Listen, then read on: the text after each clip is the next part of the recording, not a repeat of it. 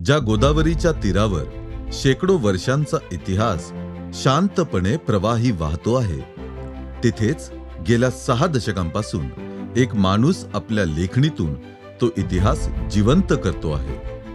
त्यांचे नाव डॉक्टर प्रभाकर रघुनाथ देव.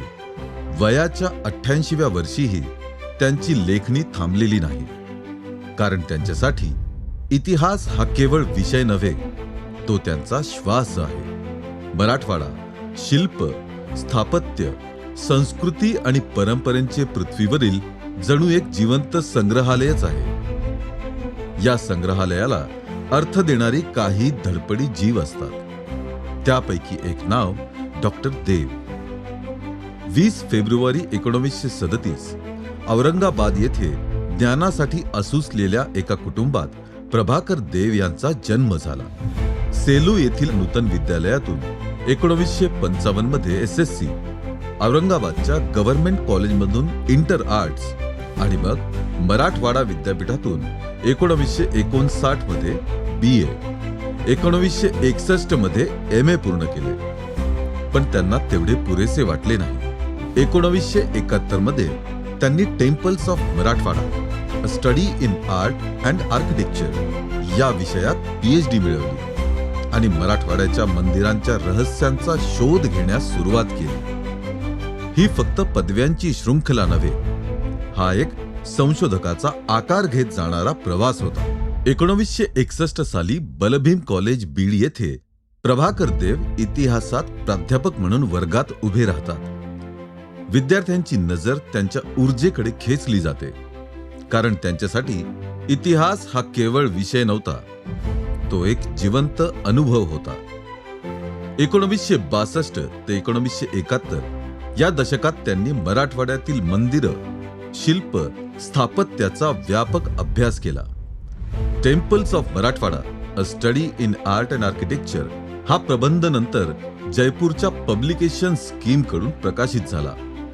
हा अभ्यास केवळ संशोधन नव्हते, तो मराठवाड्याच्या सांस्कृतिक संचिताचा पहिला संग्रहित दस्तऐवज होता.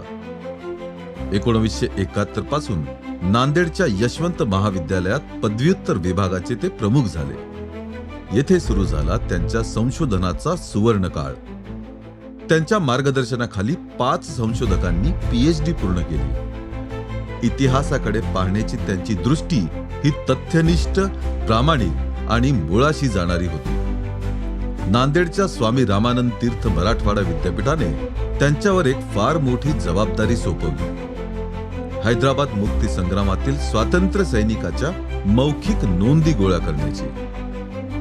डॉक्टर देव गावोगावी फिरले, 80-90 वर्षाच्या जुन्या स्वातंत्र्य सैनिकांना भेटले, त्यांच्या आठवणी रेकॉर्ड केल्या. त्यातून तयार झाला ऐतिहासिक ग्रंथ हैदराबाद मुक्ती संग्रामातील मौखिक नोंदी आणि oral documentation in Hyderabad freedom struggle. हे दोन्ही ग्रंथ मराठवाड्याच्या स्वातंत्र्य लढ्यासंदर्भातील सर्वात मौल्यवान दस्तऐवज मानले जातात.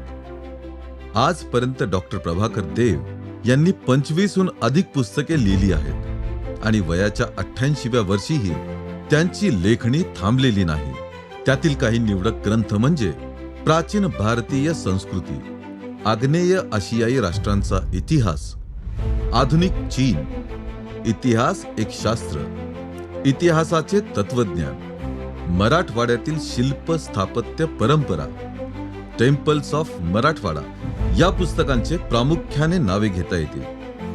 त्यांनी मराठवाड्याच्या मंदिरावर, परंपरांवर, पाषाण शिल्पांवर केलेले संशोधन आजही अभ्यासकांसाठी मार्गदर्शक आहे. 1997 साली ते शासकीय सेवेतून निवृत्त झाले, पण संशोधकाचा निवृत्तीशी काहीही संबंध नसतो. आजही त्यांच्या घरातील अभ्यासिका दिवसभर उजळलेली असते. शोध, लेखन, विचार, नोंदी, इतिहास प्रेमाचा हा प्रवास अजूनही अविरत आहे, कारण त्यांच्यासाठी इतिहास हा मृत अवस्थेतील भूतकाळ नाही, तो सतत निर्माण होणारा प्रवाह आहे आणि तो प्रवाह जिवंत ठेवणे ही त्यांची जीवन साधना आहे. मराठवाड्याच्या मातीने दिलेला हा शिलेदार आपल्या लेखणीतून पिढ्यानपिढ्या इतिहास जपत राहील.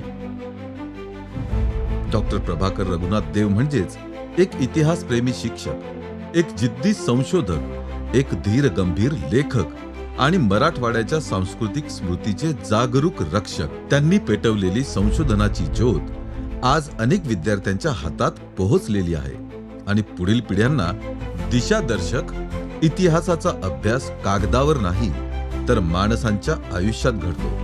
आणि हा अभ्यास जिवंत ठेवणाऱ्या थोर व्यक्तिमत्वांपैकी एक म्हणजे डॉक्टर प्रभाकर रघुनाथ देव.